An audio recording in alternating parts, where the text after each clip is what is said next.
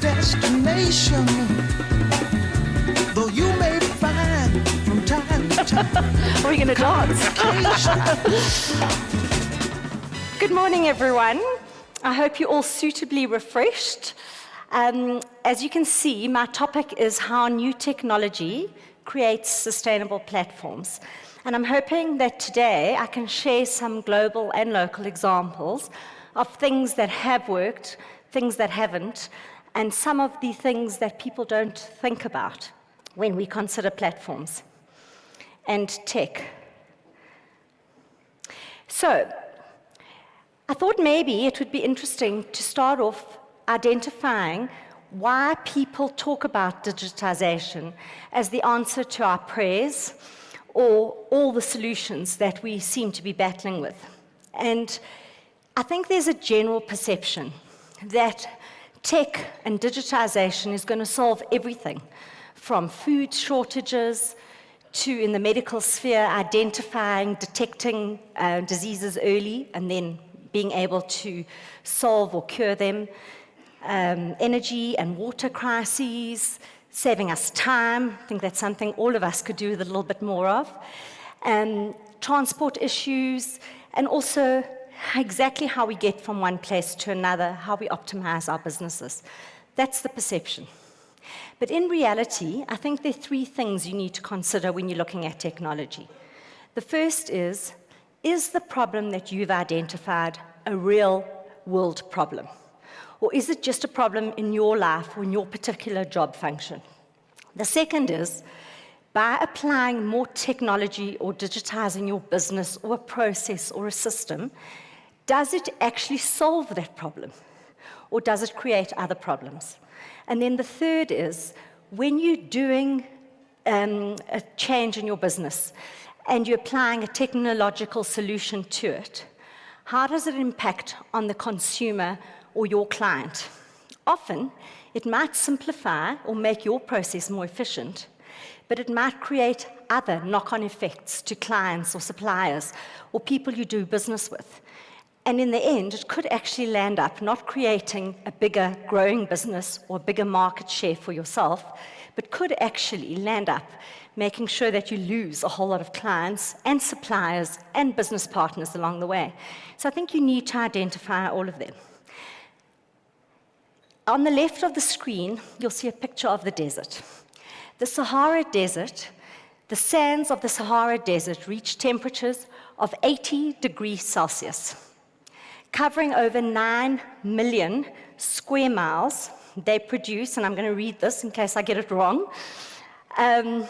they produce 22 million terawatt hours of energy per year. So I couldn't quite conceptualize that, so let's put it into a practical process. That's basically 10 times more energy than humanity consumes annually. Now let's bring that back to our own economy. In South Africa, does everyone agree that Eskom is a real problem? Okay, we're all in agreement, so it's not just my problem. All of you share this concern. And we're all battling with the energy and power cuts. Robots are out, systems go down. It takes us so much longer to get from A to B. We have to invest a lot more money in our own businesses to make sure we overcome that. So, why are we not just putting up panels, solar panels, in a desert and being able to solve all Eskom's problems? A couple of problems with it. It's not only our issue. Firstly, the desert belongs to everybody. It's not belonging to individuals or to a specific country, and there are barriers. So if the desert is sitting in another continent, we haven't yet solved. Is there an echo? Or can you hear me? Okay, it sounds like there's a bit of an echo. We haven't yet solved the problem of cross-border transfer of electricity. In fact, in South Africa, we can't even solve the problem where consumers have invested their own resources to make sure they're off the grid. We can't even transfer that energy saving to other people who can't afford to invest. But the reality is that if you understand the process, technology doesn't solve the entire solution. Light from the sun comes down into the sand or onto a solar panel, and that's what creates energy, and in the end, electricity. But only 50% of the light that comes through is actually hitting that panel. A lot of it gets refracted. So what engineers have done over time is they've put refractive panes into the panels to increase the efficiency. But it still doesn't solve the whole solution. It has a knock-on effect. Actually, in the areas where we are seeing the use of solar panels, it's raising the temperature of those areas if you're putting in huge amounts, which obviously then creates a further problem. Climate change in those areas, an increase in global warming, which is a global problem that all of us form a part of. So could we then not maybe look at things like wind generation as a source of getting our energy or our electricity? In the Eastern Cape, there are huge wind farms, and they have been effective, but they don't solve the full solution. They only cater for a portion of the energy consumption. It's very localized, and it has severe knock-on effects. In fact, the scientists tell us that they're killing off more bird life, owls, bats who have a built-in radar, and rodents than any other thing in that area. So it solved one problem, but created another problem. So if it's not that easy, how do we think about it?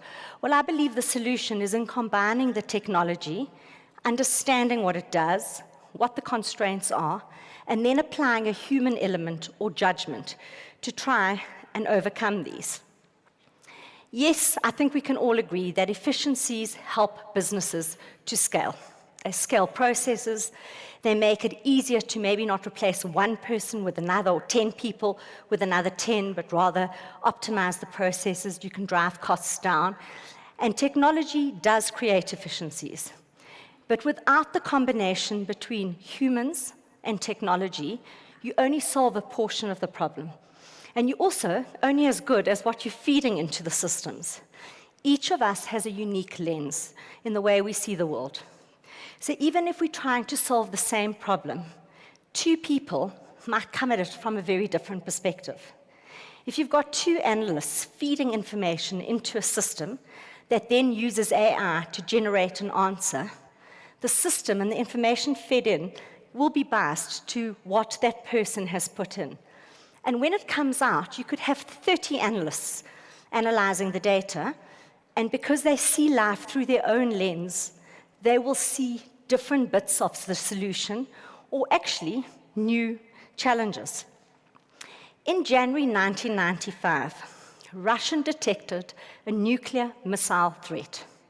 The intelligence office that picked up the threat immediately made the president's office aware of it. And I'm sure all of you can guess what the response was. Fire immediately, obstruct the threat, make sure it doesn't get into our airspace. Luckily, there was an analyst sitting in the research intelligence office that did a little bit more work. While they were communicating with the president's office and with national defense, he actually said, let's try and identify where the source of the threat is. If it's close enough, we may be able to stop the threat without having to fire. So they did exactly that. And they identified that the threat was not a nuclear missile coming to blow up humanity and start potentially the next world war, but it was actually being launched by a Finnish scientist who was doing research into the Northern Lights. It just happened to come across the airspace that Russia was monitoring. Crisis averted, because you used a human to overrun what the system was picking up as a huge threat. So how do we think that technology can help platforms globally and in South Africa become more efficient? Well, the first thing is identifying what the problem is that not only the platform faces. Yes, platforms need to innovate and stay on top, but they also need to make sure they are relevant and remain relevant. They need to understand the environment in which they participate. So, for example, what is the consumer or the investor using the platform telling them? How has the advice landscape changed globally and in South Africa? What do we need to make sure that we can still cater to both the advisor's needs and the client needs, and that the changes we make are not only making our lives easier as a platform or an employer, but also that we're talking to our suppliers, our clients, asset managers, discretionary fund managers, to advisors, a lot of advisors in the room. How does it benefit your client if a platform is more efficient? If it means that actually the systems you have to do are now all automated and your client base is all over 60, it may actually make your life a lot harder. You've got to get your clients to buy in. So I think one of the things that I'm quite excited about is within our group, the Momentum Wealth platform has decided to split the business into the business of today and then being future fit or future relevant. And on the left-hand side, yes, all platforms are investing on end-to-end digitization, full value chain re-engineering, and looking at the client digital option and how we can get clients to transform and adopt the technology. But that's really just taking the core and building on that.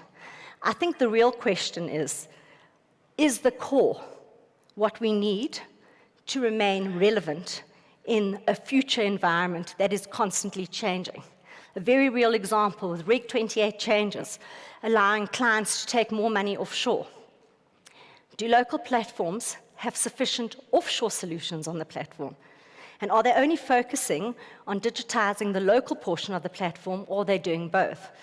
Well, I'm quite proud to say that Momentum Wealth are looking at reinventing themselves and their proposition. And they started off by dividing the business into how do we solve for today's requirements, but also dedicating a team to looking at the business of the future. Spent hours and hours with NMG and with advisors trying to understand the challenges that they are faced with. If you ask an average advisor in the room, who thinks solving an income requirement is an issue? Are you only worried about what your clients are investing, or are you worried about how much money your clients have if they're living longer? And together we're trying to solve these solutions together. So they're looking at how can we help advisors in the retail space grow the investment book that they've got. Can you see how different the conversation is? It's not about us or me or my platform, it's about the community. How can we all benefit from the technology that we're doing? And how do we exploit early advantage by getting into the advisor's practice and really solving problems together rather than an us and them type of approach? Everyone talks about partnerships. I've never ever been to try and get business where people don't talk about a partnership. And similarly, where people are trying to source business from me, they always tell me it's about partnerships. But do people understand what partnerships mean? To me, a partnership means it's mutually beneficial. Otherwise, it's a dictatorship or a one-sided advantage. So if you truly want to understand how technology affects not only your business, but the knock-on effects on your suppliers, on your providers, on your investment partners, as an investment business, for example, you need to make sure that whatever you build, you're doing together. It's got to be a collaborative approach. Otherwise, you might benefit, but down the line, your business may not remain open. And as the head of a discretionary fund management business, some of the things that we worry about weren't even on some of the platforms' radars. For example, managing mandates. Platforms don't see that as something that they need to worry about. If we rebalance, and we have 9 different investment platforms that we currently use at Equilibrium, they all have different close periods, different times where the rebalances need to be done. They have different exception reports, different Reg 28 breach guidelines. How does that affect me as a DFM? And how do I monitor all of that if the platforms are only building technology for 1 or 2 DFMs, or even more surprising, building technology that makes their own processes better without thinking about the impact on a discretionary fund manager or an underlying asset manager, or on the advisor and their clients. So we need to build that together. So we've actually spent a little bit of time internally looking at things like pre- and post-compliance trades. How do we make our bulk orders more efficient?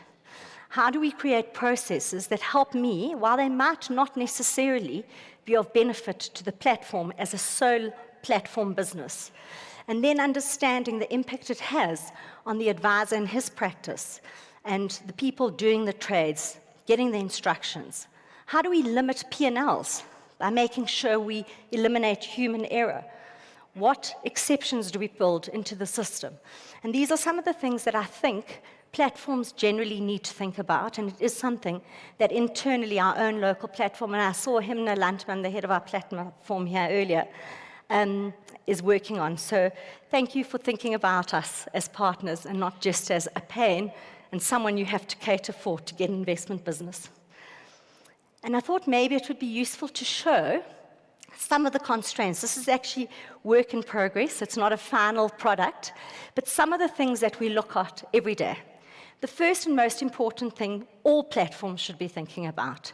There's a growth in discretionary fund management market. As a member of the FIA, we know that we've seen enormous growth over the last 2 years, and in fact, accelerated growth over the last 18 months. So when you're building new solutions, you need to start thinking about the impact it has on people who have their own Cat 2. The advisor spectrum is also moving. A lot of advisors have moved from having only a Cat 1 to potentially a Cat 1 and Cat 2 business. Some are exiting the Cat 1 space and actually becoming asset managers. So you need portals that can cross multiple platforms. I don't know one advisor that uses only one platform. They might have a predominant platform, but they typically use at least 3. So the solutions being built cannot only make your life easier as a platform, it's got to empower the end user. And then the last element is trying to bring technology, the systems and improvements, and understanding the impact on how people behave, what we call human behavior.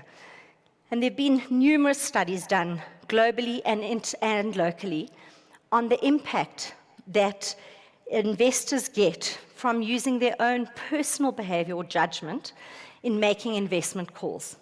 As advisors, I'm sure you know far better than I do how difficult it is to keep your clients invested, how easily they panic every time there's a crisis. So what do we do together to understand this better and then to coach our mutual clients to making better decisions that help them over the long term? This is just a graph that shows how the markets have moved over different times. And where you see the blocks, it really talks to times of increased volatility. But we took a lot of the data on the Momentum Wealth platform and we actually analyzed it to see, do clients stay invested or do they disinvest? And when they disinvest, do they do it during times of increased volatility or is their behavior generally the same? And there were a couple of conclusions we came to. The first is that in times of heightened volatility or more uncertainty in layman's terms, we see clients switch more often. This doesn't mean they're disinvesting. It means they're merely switching from Fund A to Fund B. And they're doing it for 2 reasons. They either panic, so they de-risk, they exit an equity fund or a balanced fund, and they go into an income solution.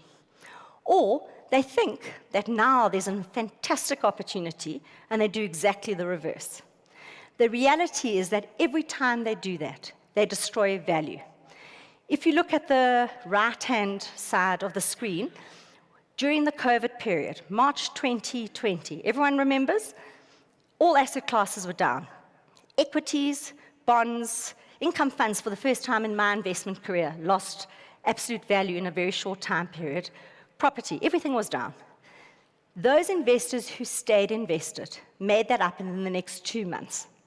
But lots of investors exited and they destroyed there was 6.5 times more increase or percentage increase in what we call behavioral tax, just because they behaved in a certain way.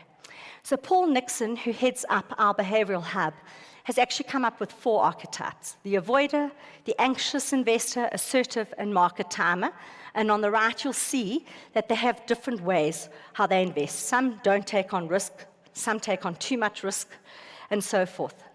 So what we've now done is we've looked at the information that technology allows us to have, whereas before we couldn't have access to this type of information. And we saw that during this heightened period, 100 million rand was lost by investors switching.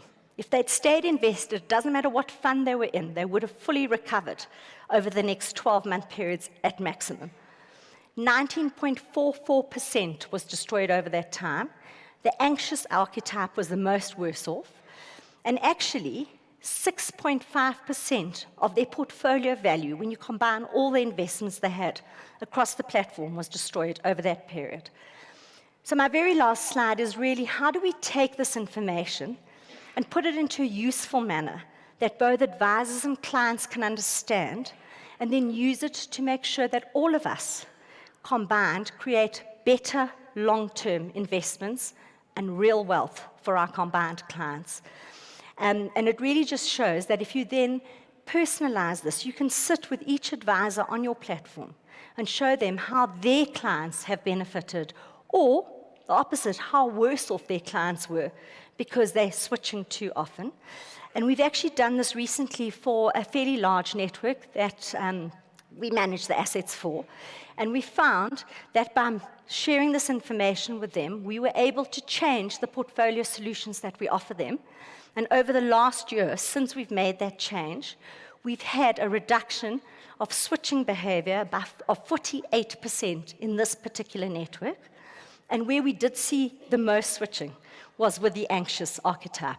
So we're now spending a lot of time together with the advisor, explaining to the clients and showing them in actual figures the impact on their net worth. I hope that these are just quite short 20 minutes to get through everything, but I'm hoping that it just sparks some thought and that all of us realize the importance of the human element, of mutual collaboration, and that we don't go off on our own tangents and develop something that could help us individually, but actually makes us collectively a lot worse off. Thank you for your time. Toward your destination.